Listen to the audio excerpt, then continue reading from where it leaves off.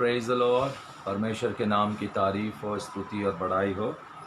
आज की शाम को फिर एक बार हम सब प्रभु यीशु मसीह के चरणों में जमा हैं और धन्यवाद देते हैं बीते हुए हफ्ते के लिए, जिसमें प्रभु यीशु ने हम सबको भला चंगा जिंदा और सुरक्षित रखा और एक नई शाम दी है कि आज इस शुक्रवार को भी हम सब मिल करके उसके नाम की आराधना कर सकें।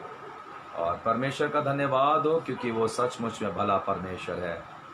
धन्यवाद देते हैं कि उसने इस बीते हुए हफ्ते में बड़े बड़े काम किए, लोगों के जीवनों को बदला और उनके जीवन में परमेश्वर ने बहुत आशीषें दी हैं।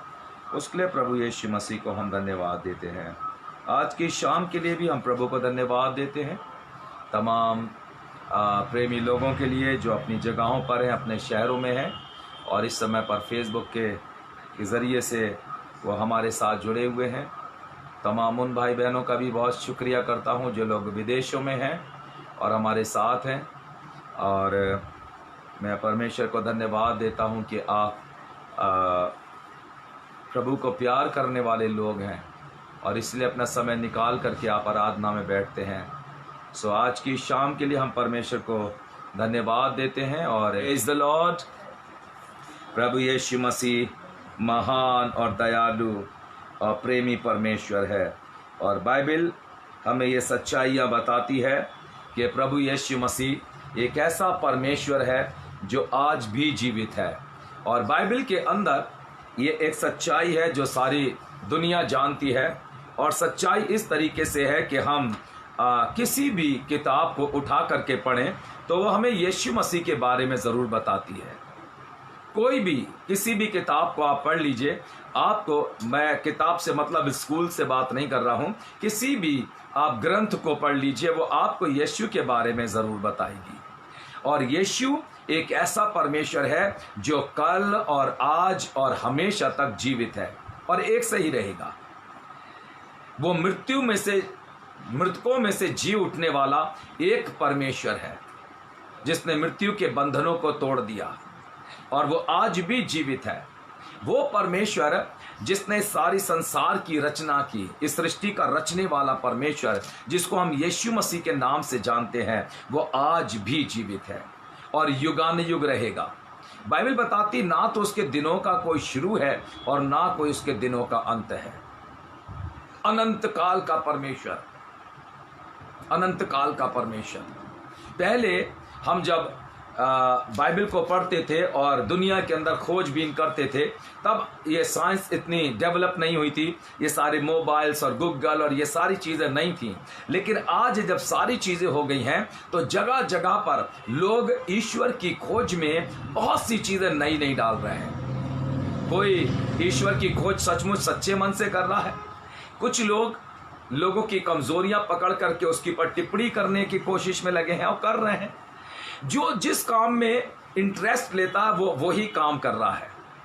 लेकिन बाइबल बताती है यूहन्ना की इंजील के 4 अध्याय के अंदर, वो मेरा विषय नहीं है लेकिन मैं आपको बताना चाहता हूं, एक औरत अपने गांव से निकल करके सुखार एक जगह है, वहां पर एक कुआं था, वहां से पानी भरने के लिए आई थी और यीशु मसीह भी पूरे दिन के थके हुए उस कुएं के ऊपर बैठे हुए थे और चेले वहां से दूर एक दूसरे गांव में खाना लेने गए हुए थे। और यीशु मसीह के पास जब वो औरत आई पानी लेने के लिए, भरने के लिए कुएं में से, तो यीशु के पास तो कुछ था नहीं। उसके पास एक रस्सी होगी, एक बाल्टी या कुछ भी होगा, वो उससे पानी निकाल करके ले जाना चाहती थी। यीशु ने उससे कहा कि मुझे पानी पिला दे। और उसके बाद जब वो पानी के विषय में बातचीत हुई तो उसने कहा कि तू यहूदी है, मैं सामरी हूँ, ये ऊंची नीच का भेदभाव है और मैं पानी नहीं पिला सकती। यीशु मसीह ने उससे कहा अगर तू मुझसे मांगती तो मैं तुझे जीवन का जल देता, यानी कि अनंत जीवन के बारे में यीशु बात करते थे उससे। और उसके बाद प्रभु ने सारी बातें होने के बाद ये कहा कि अब वो समय है जब परमेश्वर अपने लिए परस्तार ढूंढ रहा है। कैसे परस्तार? लिखा जो आत्मा और सच्चाई से उसकी परस्तिश करने वाले लोग हैं। ये वो समय है जब परमेश्वर का आत्मा, खुदा का रूह सच्चे परस्तारों को निकाल रहा है, ढूंढ रहा है। उसके लिए आपको सिर्फ अपने आप को, अपने जीवन को संपूर्ण तरीके से, पूरी तरीके से परमेश्वर के हाथों में देना पड़ता है। आप क्या, कुछ भी आपका अपना नहीं रहता है, सब कुछ प्रभु का है, सब कुछ परमेश्वर का है। पुरानी सदी की कलीसिया के अंदर अगर आप जाते हैं तो वहां पर प्रेरितों के काम के अंदर आप पढ़ते हैं, सारी चीजें उनकी साझे की हुआ करती थी। जो चेले थे और जो प्रार्थना करने वाले लोग थे, जो आत्मा से भरे गए थे, और जिसको जैसी जरूरत होती थी उसको वो चीजें बेच करके जो भी उनके पास था उनकी जरूरतें पूरी होती थी। ये एक ऐसा समय था जो आत्मा से भरे हुए लोग आत्मा में ही भरे रहना चाहते थे। उन सारी चीजों से उनका मोह हट गया था, मोह जो था वो खत्म हो चुका था। उनका मोह सिर्फ परमेश्वर से और उसके प्रेम के साथ था।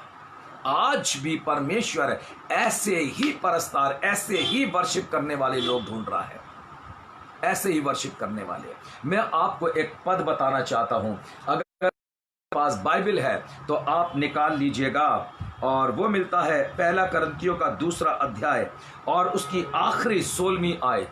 वहां पर लिखा हुआ है, क्योंकि प्रभु का मन किसने जाना कि उसे सिखलाएं, परंतु हम में मसीह का मन है। प्रभु का मन किसने जाना? परमेश्वर का मन कैसा है? यिर्मयाह की किताब में जाइए, वहां पर बिल्कुल साफ शब्दों में लिखा है, मन तो सबसे अधिक धोखा देने वाला है। ये इंसान के बारे में बात हो रही, परमेश्वर के मन के बारे में बात नहीं हो रही है। वो धोखेबाज नहीं है, वो छल नहीं करता है, वो झूठ नहीं बोलता है, वो किसी तरीके की कोई बदी नहीं करता है। वो पवित्र परमेश्वर, जितनी बार हम पवित्र बोलते हैं वो उससे कहीं लाखों गुना पवित्र परमेश्वर है। किसने मसीह का मन जाना है? प्रभु का मन जाना है। अगर आप प्रभु के मन को जानना चाहते हैं तो आपको उसके साथ रहना पड़ेगा कि आप प्रभु के मन को जाने। आपने देखा होगा एक जड़ी होती है, उसको अमर बेल बोलते हैं।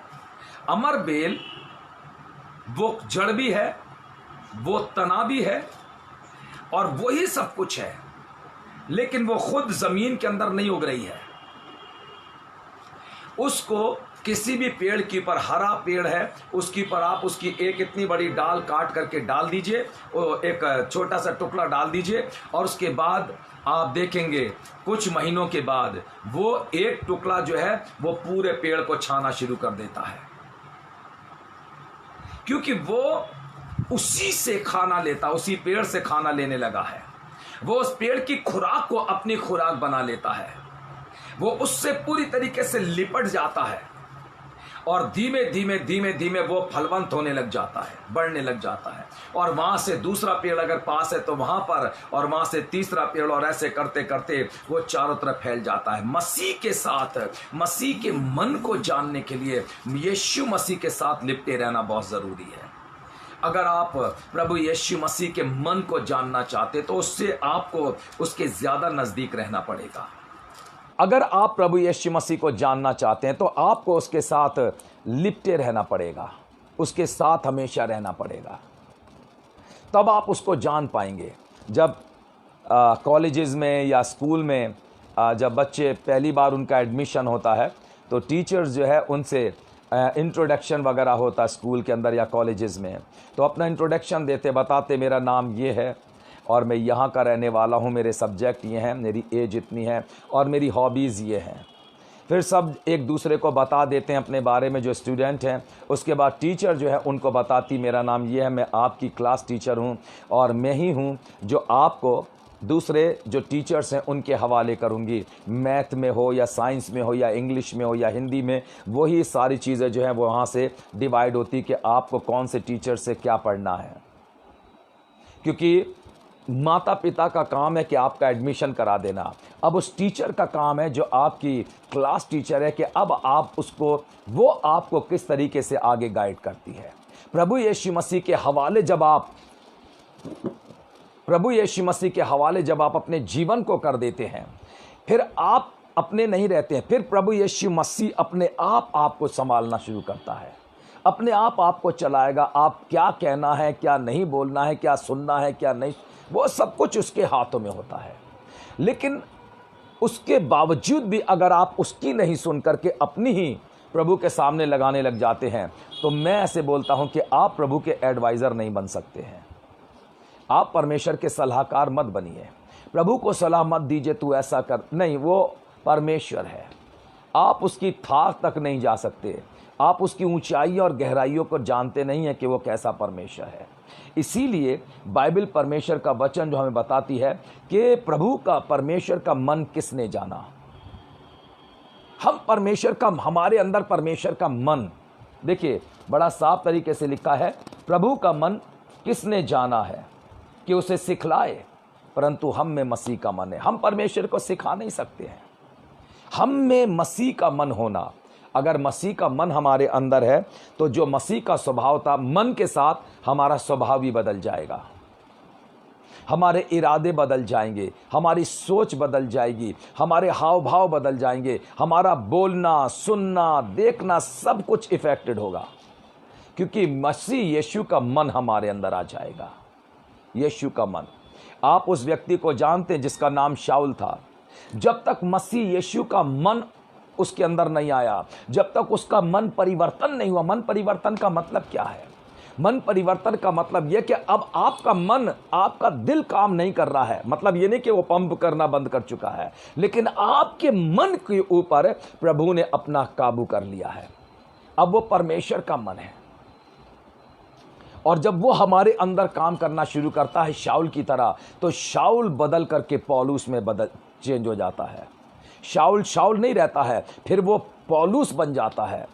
और फिर पौलुस जो है कितना बदल जाता, लोग जिसकी शक्ल देख करके थरथराते थे, डरते थे, अब वो पौलुस लोगों के बीच में जाकर के परमेश्वर का वचन सुना रहा है। अब वो लोगों के बीच में जाकर के बहस कर रहा है। अब वो लोग जो पौलुस से पहले शाऊल था जब डरते थे, अब वही लोग पौलुस के खिलाफ खड़े हुए हैं पत्थर उठा करके। ये लोगों की फितरत है, पर मसीह का मन ऐसा नहीं है। पौलुस एक बार बदला, उसके बाद दोबारा फिर कभी नहीं बदला। जो चीज छोड़नी थी वो छोड़ चुका था। अब तो वो परमेश्वर के साथ था, परमेश्वर का मन उसके अंदर आ गया था। अब वो खून के पैसे से खाना नहीं खा रहा था। वो जो सुपारी किलर था, अब वो सुपारी किलर नहीं रह गया था। अब वो तो परमेश्वर के लोगों को वचन सुना रहा है, लोग उसको दान देते हैं, लोग उसको जो कुछ परमेश्वर का वो देते हैं। अब उसके खाना, उस सारी चीजों पर परमेश्वर की पाबंदी, परमेश्वर का अधिकार है। अब पौलुस जो था वो पूरी तरीके से परिवर्तित था। लोग जब छेड़छाड़ करने लगे पौलुस के साथ और उसको बहुत परेशान किया, तो पौलुस ने एक बार लिखा था अपनी किताब में, और एक लेटर लिखा और उसको कहा कि दिल तो चाहता जो लोग मुझे खतना रहित समझते हैं उनको अपने हाथों की ताकत दिखा दूं, परंतु मैं मसीह यीशु में जंजीर से जकड़ा हुआ कैदी हूं। पूरी तरीके से बदला हुआ इंसान, मसीह का मन जब हमारे अंदर आ जाएगा तो आपको कभी कुछ बुरा दिखेगा ही नहीं। आपको सब अच्छे दिखाई देंगे। बेशक उनमें से आपको कहीं पर कोई धोखा दे सकता है, देने दीजिए, वो उसकी अपनी सोच है, लेकिन उस धोखे के अंदर परमेश्वर आपके लिए उससे भी उत्तम रास्ता निकाल देगा। इसलिए क्योंकि आप में मसीह का मन आ चुका है, आपका मन बदल गया है, आप प्रभु के हैं, प्रभु आपके साथ साथ चल रहा है। हमारे अपने परिवार के अंदर मैं कई लोगों को देखता हूं, हमारे चर्च के अंदर कई परिवार हैं, वहाँ पर जो बच्चे हैं छोटे, अभी बेशक वो चर्च अटेंड नहीं कर रहे हैं, पर उम्मीद करता हूँ इस संडे में कुछ बच्चे होंगे चर्च में। वो बच्चे जब अपने घरों पर जाते हैं तो अपने परिवार के अंदर मम्मी पापा या दादा दादी या नाना नानी जिसको भी हैं, उनको जब बात करते हुए सुनते हैं तो वो बिल्कुल वैसे ही बन जाते हैं। उनके बोलने का तरीका बदल जाएगा, उनका लोगों के साथ बात करने का तरीका। मैं तो यहाँ तक मेरे चर्च में लोग आकर के बताते हैं कि पादरी साहब यहाँ से चर्च ख़त्म होने के बाद हम फिर बिज़ी हो जाते हैं। तो मैं पूछता हूँ फिर किस काम में? खाना वाना बनाने में बिज़ी होते होंगे। एक दिन मैंने पूछ लिया किस काम में? कल पादरी साहब उसके बाद हमारे घर में चर्च लगता है। मैंने कहा कौन पास्टर आता है? क्या लगे ये छोटा लड़का है ना, ये पास्टर बन जाता, ये दोनों लड़कियाँ जो है ना ये उसकी मेंबर होती हैं और हम मेंबर होते हैं। फिर चर्च दोबारा। बच्चे जो देख रहे हैं ना, वो वही कर रहे हैं। अगर आप में मसीह का मन आ गया है तो वो मसीह का मन लोगों को दिखाई देना चाहिए। एक परिवर्तित जीवन, पूरी तरीके से बदली हुई जिंदगी, और वो जिंदगी है जो फलों से लदी होती है। ये वो जिंदगी है जो जिसके अंदर कड़वाहट नहीं होती है। ये वो जिंदगी है जो मसीह के लहू से धुली हुई होती है। मसीह के लहू से। मैं आपको एक पद पढ़ करके सुनाता हूँ, बताता हूँ। और अगर आपके पास बाइबल है अपनी, तो इशाया नबी की किताब को मेहरबानी से निकाल लीजिए, और मैं वहाँ से आपको पढ़कर बताना चाहता हूँ। इशाया नबी की किताब और उसका 40वां अध्याय, चैप्टर 40, इशाया और उसका 40वां अध्याय और उसका 13वां पद। देखिए यहाँ पर साफ लिखा हुआ है, इशाया 40 अध्याय और उसका 13वां पद लिखा हुआ है, किसने यहोवा की आत्मा को मार्ग बताया या उसका मंत्री होकर उसको ज्ञान सिखाया? उसने किस से सम्मति ली और किसने उसे समझाकर न्याय का पथ बता दिया और ज्ञान सिखाकर बुद्धि का मार्ग जता दिया है? कौन है ऐसा जो परमेश्वर के तुल्य ठहरे, परमेश्वर के बराबरी में आ जाए? कोई नहीं सिवाय परमेश्वर के। आप जानते हैं, एक बार शैतान जो था परमेश्वर के सामने खड़ा हुआ और किसी के ऊपर इल्ज़ाम लगाना चाहता था। आप बाइबल को पढ़ते हैं, जकरिया की किताब को निकालेंगे तो आपको पूरा ब्यौरा मिलेगा। और वो इल्ज़ाम लगाना चाहता था किसी भी तरीके से प्रभु के दास पर। परमेश्वर सब कुछ बदलता चला गया।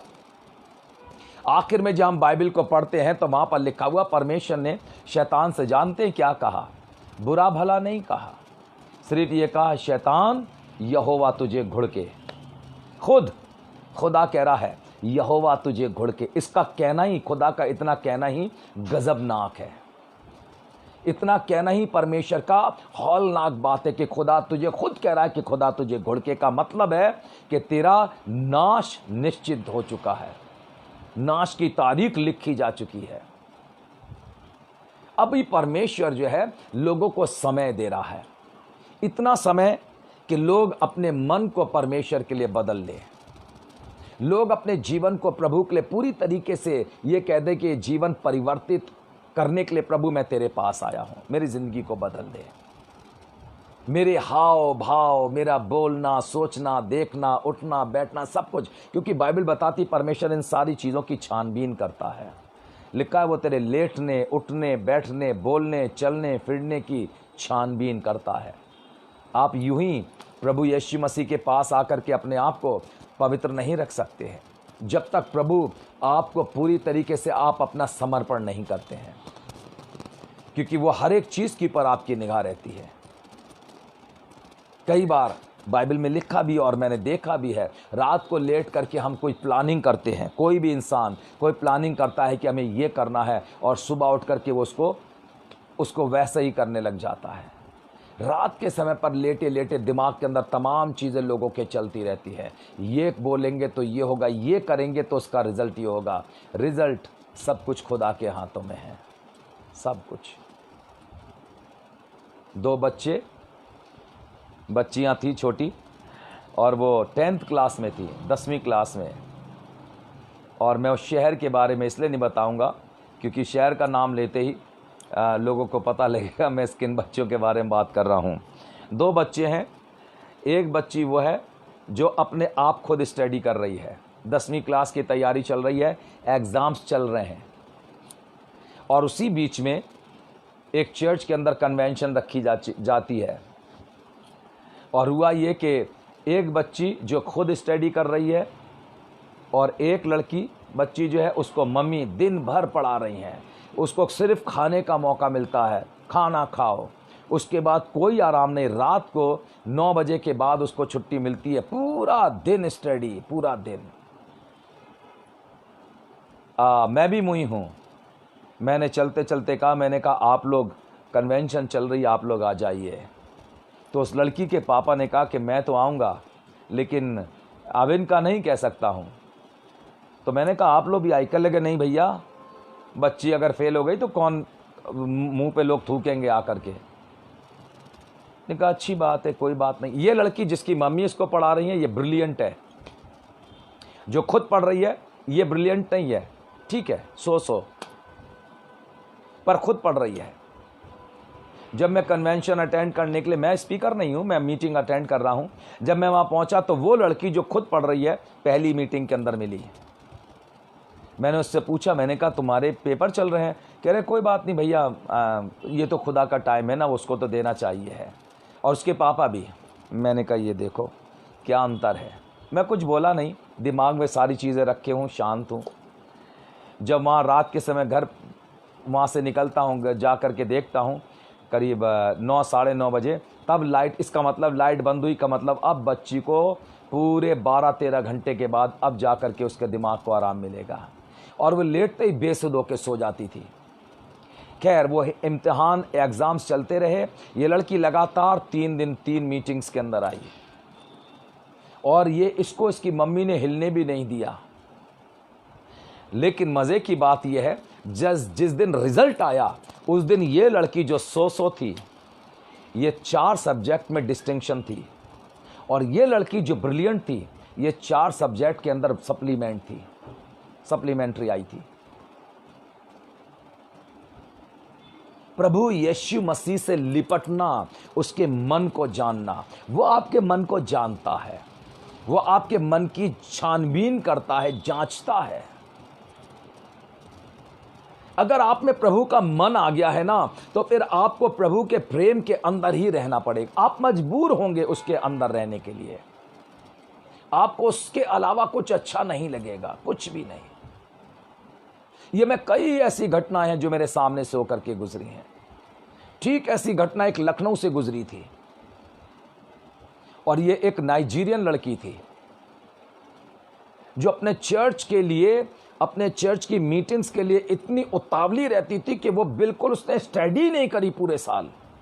मतलब बिल्कुल मीटिंग्स में, आउटरीच में जा रही है, घरों में जो कॉटेज मीटिंग हो रही है उसके अंदर जाना। पादरी साहब को कहते हुए बेटा थोड़ा पढ़ ले, कह लगे अंकल चिंता मत करिए, बुद्धि और ज्ञान का देने वाला खुदा है। जिस रात को जो पेपर था उस रात में एक बार ऐसे किताब पढ़ी और पढ़ती गई, और उसके बाद 2 घंटे के अंदर किताब पढ़ करके सो गई, और सिर्फ सोते पे कहा प्रभु जो आने वाला वो मेरे दिमाग में बाकी रह जाए, और जो आ रहा है सिर्फ वही चीज़ उसके दिमाग में बाकी और पेपर करके आ रही है, और टॉपर हुई वो लड़की। प्रभु का मन, प्रभु के मन को अपने अंदर ले लेना, परमेश्वर की खूबियों को आप कबूल कर लें, प्रभु यीशु मसीह को अपना पूरी तरीके से समर्पित अपना जीवन कर दीजिए। उसके बाद आपके जीवन का चलाने वाला, सब कुछ का करने वाला सिर्फ यीशु मसीह खुद होगा। बाइबल बताती है प्रभु का मन किसने जाना है, या परमेश्वर का मंत्री, उसके बुद्धि का मंत्री कौन हुआ? कौन परमेश्वर को कुछ सिखा सकता है? कोई नहीं, सिवाय ये कि परमेश्वर खुद अपने आप में हमारे लिए खुद कुर्बान होकर के हमें उसने बुद्धि और ज्ञान दी, समझ दी है कि फैसला वो करें हम जो हमारे जीवन के लिए भला है। देखिए यहाँ पर बड़ी अच्छी बात लिखी हुई है, और मैं आपको उसको पढ़ करके ज़रूर बताना चाहूँगा, और वो मिलती है अय्यूब की किताब में से। और अय्यूब की किताब अगर आप निकालेंगे, ये भजन संहिता के पहले है अय्यूब की किताब, और मैं आपको उसका 15वां चैप्टर जो है वो पढ़ करके बताता हूँ। अय्यूब और उसका 15वां अध्याय, और उसकी चंद आयतें हैं जो बहुत कीमती हैं। अय्यूब का 15 अध्याय और उसका 15वां ही पद है, बल्कि 14 से मैं पढ़ता हूँ आपके लिए। लिखा है, मनुष्य है क्या कि वो निष्कलंक हो, और जो स्त्री से उत्पन्न हुआ है वो है क्या कि निर्दोष हो सके। ये अय्यूब बता रहे हैं इस बात को। देख, वो अपने पवित्रों पर भी विश्वास नहीं करता, और स्वर्ग भी उसकी दृष्टि में निर्मल नहीं है। कितना पवित्र परमेश्वर है, जहाँ खुद रहता है ना खुदा, वो कह रहा वो उसकी दृष्टि में वो भी निर्मल जगह नहीं है। प्रभु परमेश्वर अपने वचन के अंदर साफ तरीके से बताता है कि वो अपने पवित्रों पर भी भरोसा नहीं करता, विश्वास नहीं करता है। पता नहीं लगता है पवित्र लोग कब बदल जाए, उनके इरादे कब बदल जाएं। मैं किसी को जानता हूं जिनको कभी वीपिंग प्रॉफिट कहते थे। मैं उनके साथ, उस भाई के साथ बहुत सालों साल रहा, और वो हम हर समय रोता, आंसू बहाता और दुआ करता रहा। और मुझे लगता था कि प्रभु इस भाई को बहुत आशीष दे, और हम भी उसके साथ दुआ करते थे। पर कुछ समय के बाद उसने संगति को बदला। आज वो हैं, परंतु अब ना तो वीपिंग है और ना प्रॉफिट है। वो वर्ल्ड में, संसार में थे, संसार उन्हें अच्छा लगा और वापस चले गए। ऐसा जीवन परमेश्वर को अच्छा नहीं लगता है। वो भाई बिहार में है समय पर। प्रभु यीशु मसीह चाहता, अगर आप आंसुओं के साथ अपने जीवन को बिता रहे हैं तो आंसुओं के साथ जीवन को, प्रभु ने ये एक दान दिया है आपको। बाइबल के अंदर एक ही है वीपिंग प्रॉफिट, जिसको हम कहते हैं यिर्मयाह, पर हम उसको बोलने लगे थे क्योंकि वो हर समय रोता और दुआ करता रहता था। जब आप ज़्यादा परमेश्वर के क्लोज होंगे, ज़्यादा परमेश्वर के नज़दीक जाएंगे, ज़्यादा परमेश्वर की बातें आपके साथ निकलेंगी, तो ज़्यादा आपका विरोधी शैतान आपके विरोध में खड़ा होकर के बातें करेगा। वो ज़्यादा से ज़्यादा परेशान होगा और आपको तकलीफ देने की कोशिश करेगा। ये वो समय है जब आपको उसके ऊपर हावी होना है। ये वो समय जब आपको उसके ऊपर फतह पानी है। वो आपके ऊपर फतह ना पाए, आपको उसके ऊपर जयवंत होना पड़ेगा। और उसका एक ही तरीका, और वो ये है कि आपको अपने जीवन को प्रभु यीशु के हाथों में समर्पित, प्रभु ये जीवन तेरा है, इसको तू ले ले, अपनी मर्जी से चला, जैसा तू चाहता वैसे चला। और जब आप ऐसा विचार करेंगे तब परमेश्वर आपको खुद अपने आप चलाना शुरू कर देगा।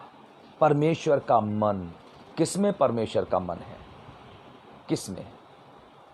मैं बाइबल की कुछ ऐसे लोगों को जानता हूं जिनको प्रभु ने एक पल के अंदर बदल दिया। पतरस यीशु मसीह का चेला है। जब यीशु मसीह नाव में बैठे और उनसे कहा कि थोड़ा गहरे में ले चलो, तो उन्होंने गहरे में ले गए। उसके बाद यीशु मसीह ने लोगों को प्रचार किया, और उसके बाद यीशु मसीह ने चेलों से बातचीत करी, तो पता लगा कि उन्होंने सारी रात जाल डाले और कुछ भी नहीं मिला। यीशु मसीह ने कहा थोड़ा गहरे में ले चलो और दाहिनी तरफ जाल डालो। चेलों ने जवाब दिया, हमने सारी रात जाल डाली, कुछ नहीं है। यीशु ने कहा गहरे में डालो। जाल डाला तो इतनी मछली आ गई कि उन्हें दूसरे जो उनके मददगार थे, जो दोस्त थे, उनको बुलाना पड़ा। लेकिन आप एक घटना को याद करिए। जिस समय पर यीशु मसीह नाव में पहुंचे और जब ये सारी बातें हो रही हैं, तो एक चेला है जो यीशु मसीह को देखकर, सारी चीज़ें देख करके पानी में कूद गया था। किस हालात में कूदा था जी? बाइबल बताती है उसके कपड़ा नहीं थे जिस्म पे, लिखा नंगा पानी में कूद गया। हम भी जब प्रभु यीशु मसीह के कामों को अपनी आंखों से देखते हैं ना, तो हमें शर्मिंदगी लगती है कि ये काम क्यों प्रभु हमारे साथ नहीं हो रहे हैं, क्यों प्रभु हमें ब्लेस नहीं कर रहा, क्यों प्रभु हमें आशीषित नहीं कर रहा है। और जब प्रभु आशीषित करने लग जाता है तब फिर हमें फिर शर्म आती है, प्रभु अभी तक हम खोए हुए कहाँ पर थे, अभी तक हमने कितनी बरकतें अपनी बर्बाद कर दी, अभी जो होना चाहिए था हमारे पास वो अब नहीं है, होना चाहिए था वो नहीं है। उसका कारण ये खुद हम हैं। मैंने बताया था, शायद बुधवार की मीटिंग में बता रहा था, ये लॉकडाउन, मुझे नहीं मालूम आप इसको क्या समझते हैं, परंतु ये लॉकडाउन मेरे लिए और मेरे परिवार के लिए था। मैं सिर्फ इतना जानता हूँ, इस लॉकडाउन ने हमें घुटनों पर जीना सिखाया, हमें घुटनों पर लाया, खुदा के साथ एक गहरा रिश्ता बनाया। हम सब कुछ भूल करके सिवाय यीशु के कुछ याद नहीं रहता है। ये जीवन ही उसका है, ये जीवन ही उसका है। प्रभु यीशु मसीह चाहते हैं कि आप उस पतरस के समान बने कि प्रभु चमत्कार कर रहा है, आपको लगे कि प्रभु ये सब कुछ मेरे लिए तू कर रहा है, और शर्मिंदगी सी आ जाए, अब तक क्यों नहीं, अब तक बिना यीशु के मैं कैसे जिया, अब तक कैसे था। और तब परमेश्वर आपको ब्लेस करना शुरू कर। फिर यही वो पतरस है जो दिन रात यीशु मसीह के साथ साथ चल रहा है, दिन रात चल रहा है। लोग यीशु को छूते हैं तो पतरस आड़े आ जाता है। एक आदमी ने यीशु मसीह के खिलाफ खड़े होकर के कुछ बोला, और बाइबल बताती है पतरस ने तुरंत अपनी तलवार निकाल करके उसका कान काट। ऐसे मत बनिए, ऐसे मत बनिए। प्रभु यीशु मसीह आपको आशीषित करना चाहता है। अगर ब्लेस कर दिया है तो ये सारी चीज़ें बंद कर दीजिए। यीशु पर भरोसा रख लीजिए कि वो आपके साथ चल रहा है। एक गाना हम गाते हैं, सेनाओं का यहोवा हमारे संग संग है जी। सेनाओं का यहोवा हमारे संग संग है। जब वो हमारे संग है और सेनाओं का यहोवा तो सेनापति है, तो फिर आपको खौफ किस बात का। उसका मन बन जाइए। प्रभु तेरा मन मेरे अंदर है, मेरी सोच तेरी तरह हो जाए, मेरी सोच को बदल दे। हम कई बार वो सोचते हैं जो प्रभु को अच्छा नहीं लगता। प्रभु यीशु मसीह कभी ऐसा सोचते नहीं हैं। उनकी सोच बहुत फ़र्क है। देखिए, मैं आपको एक नए नियम की याद पढ़ाता हूँ, और वो है रोमियो की किताब का 11वां अध्याय, रोमन्स चैप्टर 11, और उसके कुछ पद हैं जिनको आप मेरे साथ पढ़ लीजिए।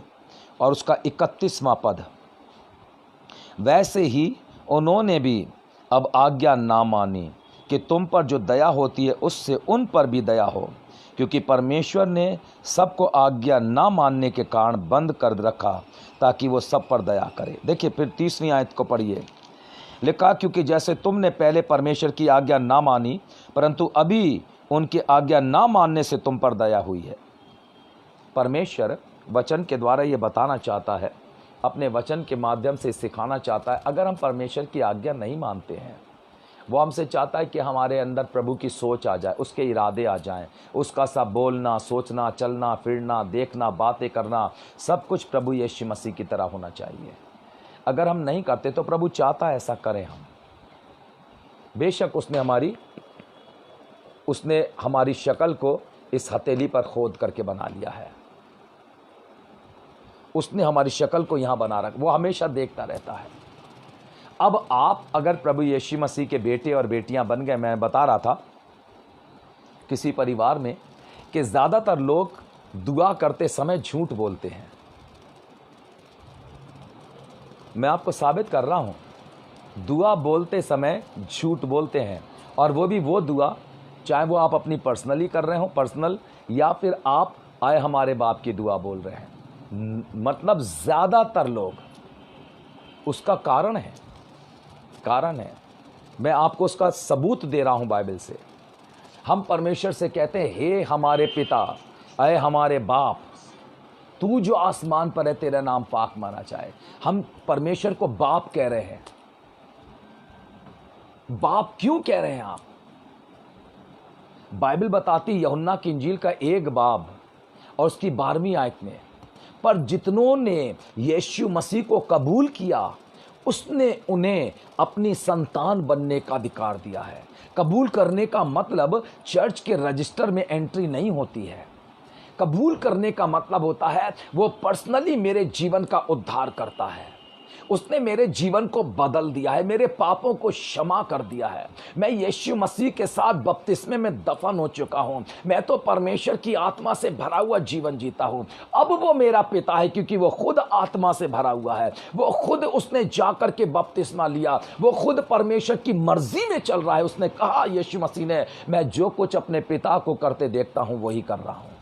आप एमी खामका में झूठ मत बोलिए। ऐ हमारे बाप तू जो आसमान पर है तेरा नाम पाक माना जाए। पहले आप उसके बेटे तो बनिए, पहले आप अपने गुनाहों से तौबा तो करिए, उसका सा मन तो बन जाइए, उसके बाद कहिए हमारे बाप तू जो आसमान पर है तेरा नाम पाक माना जाए। ये कुछ देर के लिए नहीं है, ये हमेशा के लिए आपके जीवन को परिवर्तित करेगा। अपने जीवन को 100% बदलना पड़ेगा। पश्चाताप, प्रभु मेरे पापों को क्षमा कर दे, दोबारा नहीं का मतलब अब नहीं। फिर आप कहिए हमारे बाप, तब वो आपकी सुन रहा है क्योंकि वो आपका पिता है। Praise the Lord. अगर मैं उम्र में बड़ा हूँ और मेरे बराबर के जो छोटे मासूम बच्चे हैं, मेरे अभी हैं बराबर में छोटे मासूम बच्चे हैं, तो मुझे पास्टर दादा बोलते हैं। मेरे पड़ोस के बच्चे हैं, फादर दादा, क्योंकि मैं चर्च में चल रहा हूँ, चर्च की सेवकाई कर रहा हूँ, तो सबको मालूम बच्चों को कि मैं फादर हूँ। फादर को ज़्यादा बोलते हैं, पास्टर नहीं बोल पाते हैं, फादर बोलते हैं। तो बच्चे मुझसे कहते हैं फादर दादा नमस्ते, फादर दादा मेरा ये देखिए फादर। अब बच्चे प्यार करते हैं, मैं भी उनके साथ जुड़ जाता हूँ, उनकी सी बातें करने लग जाता हूँ, उनके साथ खेलता हूँ। वो मुझे फादर दादा बोल रहे हैं, परंतु मैं एक्चुअल में दादा हूँ नहीं। मैं उनकी दादा की उम्र में ही पहुँचा हूँ, पर मैं उनका दादा नहीं हूँ। मैं उनके पापा का पिता नहीं हूँ, पर एक रिस्पेक्ट है जो मुझे दे रहे हैं, क्योंकि मैं उनके दादा के बराबर दिखता हूँ। मैं उनके दादा की उम्र के बराबर जा रहा हूँ, इसलिए वो दादा बोल रहे हैं। ऐसे ही यीशु मसीह हमारा बाप नहीं है। आप बाप बोल रहे हैं, पर बाप बना नहीं है। इसलिए नहीं बना क्योंकि आपने कभी उसको अपना बाप तो कबूल ही नहीं किया। अगर कबूल कर लिया तो आप बात बात पे झूठ क्यों बोलते हैं? अगर आपने यीशु को कबूल कर लिया है तो आप फिरकी क्यों काट रहे हैं? अगर आपने यीशु मसीह को अपना पिता कबूल कर लिया है तो हर बात के अंदर आपके बदलाव क्यों आता है? आप गंदी चीज़ें क्यों देखना पसंद करते हैं? आप क्यों गंदी सोच रखते हैं? आपके इरादे मंसूबे गंदे क्यों हो जाते हैं? ये इसलिए हैं क्योंकि यीशु मसीह को हमने सच्चे मन से अपना पिता कबूल नहीं किया। मैं किसी जगह पर गया, मैं क्षमा करिए अगर आप मेरी बात सुन रहे हैं, पर सच्चाई है इसलिए बताना पसंद करता हूँ। मैं गया तो मैंने जा कर के दरवाज़ा नॉक किया, किसी ने मेरी आवाज़ नहीं सुनी। मैं सोचने लगा क्या करूँ, गर्मी का समय है, तो मैंने अंदर गया। अंदर जा कर के फिर नॉक किया, अंदर बरामदे से अंदर जा कर के नॉक किया, फिर किसी ने नहीं सुना। लेकिन आवाज़ आ रही है कि कुछ चल रहा है, कुछ प्रोग्राम टीवी पर या कुछ ऐसा चल रहा है इंग्लिश में। तो मैं सोचने लगा कि बहुत तेज़ आवाज़ आ रही, क्या करूं, कैसे करूं। तो बड़ा सोचता रहा। मैंने सोचा पहले लौट जाऊं, फिर मैंने सोचा नहीं चलता हूं क्योंकि काम ज़रूरी है, ऐसा सोच रहा हूं और जो मैं आपको बता रहा हूं। और उसके बाद मैं उस दरवाज़े के सामने खड़ा हो गया जिस कमरे के अंदर वो भाई लेटे हुए हैं। मैं आपको क्या बताऊं जो मैंने देखा। ये वो हैं जो ऐसे लोग हैं जो संडे को प्रीच कर रहे हैं। शायद खुदा मुझे कुछ सच्चाइयां बता रहा है या दिखा रहा है या मुझे सिखा रहा है इन चीज़ों के ज़रिए से, इन बातों के ज़रिए से वो मुझे कुछ बता रहा है। मैंने जाकर के देखा तो वो जो टीवी सामने लगा हुआ था उस पर बहुत बहुत बहुत गंदी चीज़ें चल रही थी और वो अकेले लेटे हुए उसको एंजॉय कर रहे थे। परमेश्वर का मन नहीं है। अगर प्रभु का मन होता तो इन गंदगी से आपको नफरत हो जाएगी। ये मोबाइल आपके फ़ायदे के लिए भी है, हम इसका फ़ायदा उठा रहे हैं। इसका नाजायज़ नहीं, सिर्फ फ़ायदा कि अब फेसबुक चालू कर लो, इस पर यीशु मसीह का वचन सुनाओ, लोग सुन रहे हैं। यूट्यूब पर आप डाल दीजिए, लोग बहुत देख रहे हैं, सुन रहे हैं, कमेंट आ रहे हैं उसकी पर, लोग बता रहे हैं कि आपको अच्छा लग रहा है। पर इसी के अंदर गंदगी भी है। जैसे ज़ुबान है, इससे आप अच्छी बातें भी बोल सकते हैं, बुरी भी बोल सकते हैं।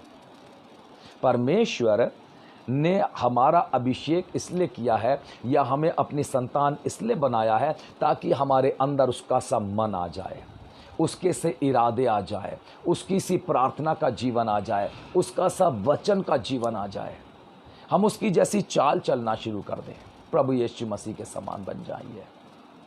और बाइबल बताती है, बड़ी सख्ती के साथ बोलती है कि प्रभु का मन किसने जाना। मैं फिर आपको वो आयत पढ़कर बताता हूँ। लिखा हुआ है बल्कि 15 आयत से, आत्मिक जन सब कुछ जांचता है परंतु आप किसी से जांचा नहीं जाता। आत्मिक जन सब कुछ जांचता है परंतु आप किसी से जांचा नहीं जाता। कोई उसको जांच नहीं सकता है क्योंकि प्रभु का मन किसने जाना है। इसका मतलब आत्मिक जन जो है ना, वो प्रभु का मन है। जो स्पिरिचुअल आदमी है, स्पिरिचुअल लोग हैं, वो लोग खुदा का मन है। उन्हें कौन जांचेगा? खुदा के मन को नहीं। लिखा हुआ है परंतु हम में मसीह का मन है, क्योंकि प्रभु का मन किसने जाना है कि उसे सिखलाए, परंतु हम में मसीह का मन है। हम मसीह के मन है, चलते फिरते। प्रभु अपने इस मन के द्वारा, हृदय के द्वारा हमारे साथ जरिए से प्रभु दूसरों तक बातें पहुंचा रहा है। आज सारे लोग अपने अपने कामों में बिजी है, पर कुछ लोग हैं जो इस समय पर फेसबुक के ऊपर, यूट्यूब पर या इंस्टाग्राम पर, जहाँ पर हैं, वो परमेश्वर के वचन की लौ लगाए हुए बैठे हुए हैं। उन्हें यही समय अच्छा लग रहा है। दाऊद को याद करिए, उसने कहा मैंने एक वर परमेश्वर से मांगा है कि मैं परमेश्वर के जो भवन है उसकी ड्योढ़ी पर पड़ा रहूं। ये वरदान मांगा उसने, राजा ने, कि मैं खुदा तेरे घर की चौखट पर ही पड़े रहना चाहता हूँ। सिंहासन मुझे कोई पसंद नहीं है, सब त्याग दें। परमेश्वर का भवन और उसकी चौखट मुझे अच्छी लग रही है। आपको क्या अच्छा लगता है? प्रभु का मन बनना चाहते हैं तो प्रभु से पूरी तरीके से जुड़ जाइए। अय कहिए, प्रभु पहले तो मुझे शून्य बना, जीरो, मैं कुछ भी नहीं हूँ, कुछ भी नहीं हूँ। और जब आप अपने आप को शून्य बना देंगे, तब परमेश्वर आपको नंबर बनाना शुरू करेगा। आप खुद सोचिए, अगर आप अपने आप को एक बना देते हैं, ठीक है ना, उसके बाद खुदा आपको क्या बनाएगा? क्योंकि एक ही एक है बस। अगर आप अपने आप को शून्य बनाते हैं और खुदा ने उसके ऊपर जरा सा भी टच कर दिया और एक बना दिया, तो आप 1 से 10 बन गए। आप समझ रहे हैं मेरी बात? और अगर खुदा ने उस एक के पीछे फिर एक लगा दिया, तो आप 10 से 100 बन गए। शून्य रहिए, शून्य बना। मैं कुछ नहीं हूं, मैं कुछ नहीं, मेरा जीवन कुछ नहीं है प्रभु, मैं तो खाक हूं, मैं तो जमीन की धूल के समान हूं। दाऊद ने कहा मैं तो मरे हुए कुत्ते के समान हूं। उसने अपने आप को पिस्सू करके बोल दिया। दाऊद अपने आप को शून्य बना चुका था। उसने कहा कुछ नहीं है, सब कुछ। ये सारी चीजें यहीं की है। सुलेमान ने लिखा व्यर्थ ही व्यर्थ, सब कुछ व्यर्थ है, मानो वायु को पकड़ना है। सुलेमान दुनिया का सबसे रईस राजा, सुलेमान दुनिया का सबसे बुद्धिमान इंसान, उसने कहा सब कुछ बेकार है, सब कुछ बेकार। प्रभु का मन बन जाइए। लोग आपको पढ़ेंगे, लोग आपको पढ़ रहे हैं, वो देख रहे हैं आप प्रभु का मन है या कुछ और है। अगर आप प्रभु का मन बन गए हैं तो फिर लोग आपको अपने आप पढ़ना शुरू करेंगे। एक जिंदगी की एक किताब बन जाइए अपने आप में। एक ऐसी किताब बन जाइए कि लोग उसके पन्ने वर्क जो है वो पलटना ज़रूर कोशिश करेंगे। इनकी ज़िंदगी को ढूंढ लीजिए कहाँ पर है। लोग आपकी ज़िंदगी को खोजना शुरू कर देंगे। लोग आपके जीवन से कुछ पाने की इच्छा रखें, वो सोचेंगे कि प्रभु मुझे ऐसा बना दे। पर मैं कहता हूँ आप मेरे समान मत बनिए, आप यीशु के समान बनिए, जिसके समान बनने की मैं कोशिश कर रहा हूँ। क्योंकि प्रभु का मन उसने हमें बनाया है। आप भी बन जाइए, बदल दीजिए अपना जीवन, सोच बदल दीजिए। जब आप बदल जाएंगे तो परिवार बदल जाएगा। कितने लोग हैं जो आ करके कहते पादरी साहब हमारे घर के अंदर जो माहौल है वो अच्छा नहीं है, घर का माहौल जो है, यीशु मसीह हमारे घर का माहौल नहीं बदल रहे, मैं बहुत दुआ कर रहा हूँ। तो मैंने उनसे सिर्फ ये कहता हूँ मैं आपके घर आता हूँ। जब मैं घर पहुँचता हूँ तो वहाँ जा कर के, जैसे ही घर में घुसता हूँ तो वहाँ पर जा कर के सबसे पहले मुलाकात होती है। तो वहाँ जा कर के जो लोग हैं घर के, उनसे बातचीत हो रही है। बैठ गया, और आप लोग कैसे हैं? कि ठीक है।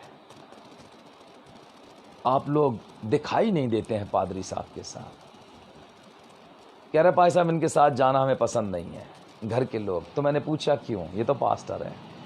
कह ले इनसे कहिए पहले बन जाएं,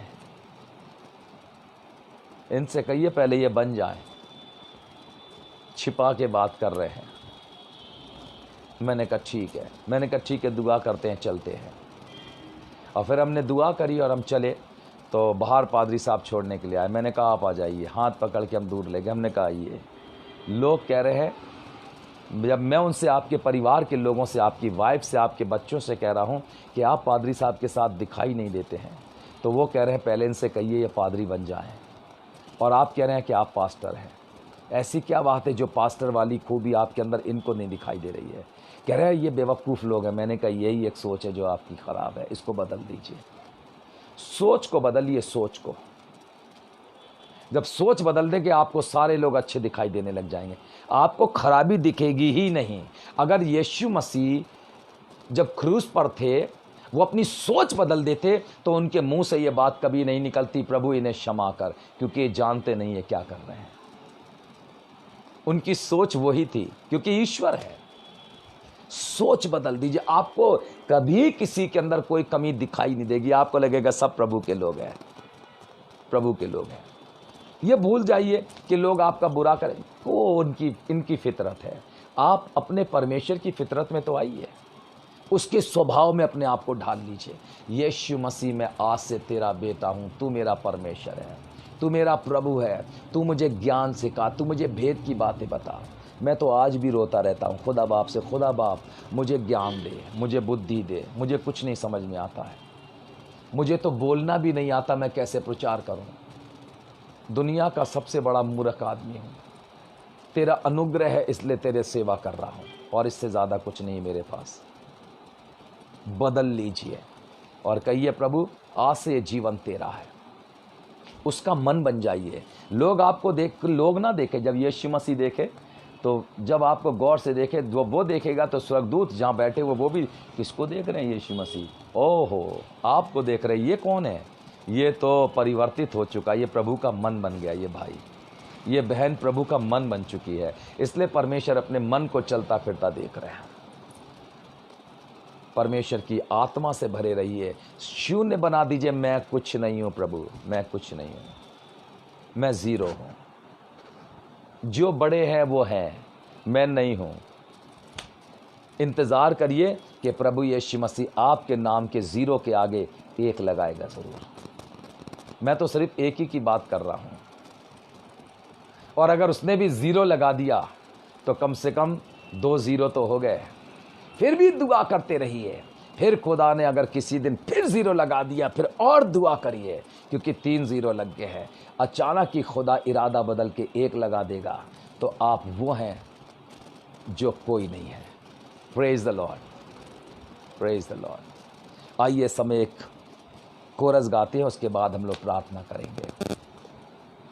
प्रभु मुझको पहचाने, मैं भी उसको जानूं, हर दिन हर पल वो मुझको अपने हाथ संभाले।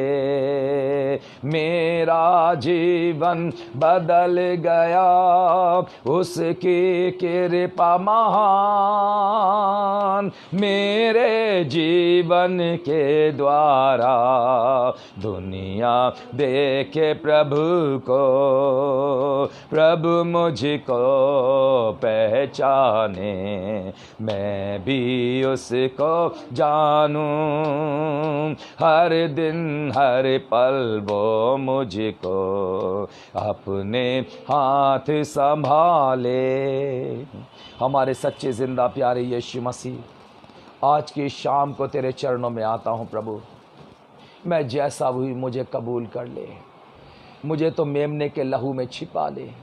वो लहू जो शुद्ध करता है, वो लहू जो क्षमा करता है, वो लहू जो चंगा करता है, उस लहू में जो जिंदा है, उस लहू में छिपा ले जो बातें करता है, उस लहू में छिपा ले जिसमें जिंदगी और बहुतायत की जिंदगी है। प्यारे यीशु मसीह, हे परमेश्वर पिता, फिर एक बार तमाम सुनने वाले लोगों पर दया कर, सुनने वालों पर अपना छिदा हुआ हाथ रख दे, सुनने वालों पर अनुग्रह कर दे। हे पवित्र आत्मा, तूने आशीष दे। हे पवित्र आत्मा, तू उनके जीवन में गहराई से काम करे। हे प्रभु यीशु मसीह, उन्हें छू ले इस रात में, ताकि वो तेरे बन करके तुझ में आगे बढ़ते चले जाएं। प्यारे यीशु मसीह, मैं धन्यवाद देता हूं आज की शाम के लिए जो तूने दया से दी है। हे परमेश्वर पिता, कितने लोगों ने ये शाम देखनी चाहिए लेकिन वो इस संसार से उठा लिए गए, लेकिन प्रभु तेरे अनुग्रह के लिए धन्यवाद हो। हम सब यीशु तेरे लहू में सुरक्षित है। आज की शाम को प्यारे प्रभु, हम जितने लोग यहाँ पर कमरे में जमा है,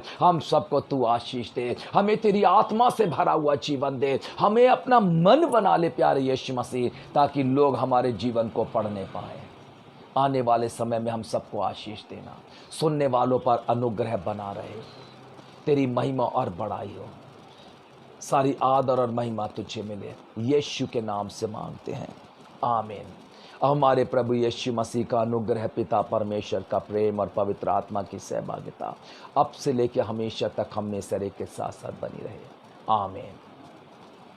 प्रेज द लॉर्ड। आप सबको जय मसीह की। हालेलुया। और इतवार को सुबह 9 बजे हम लोग फिर जमा होंगे।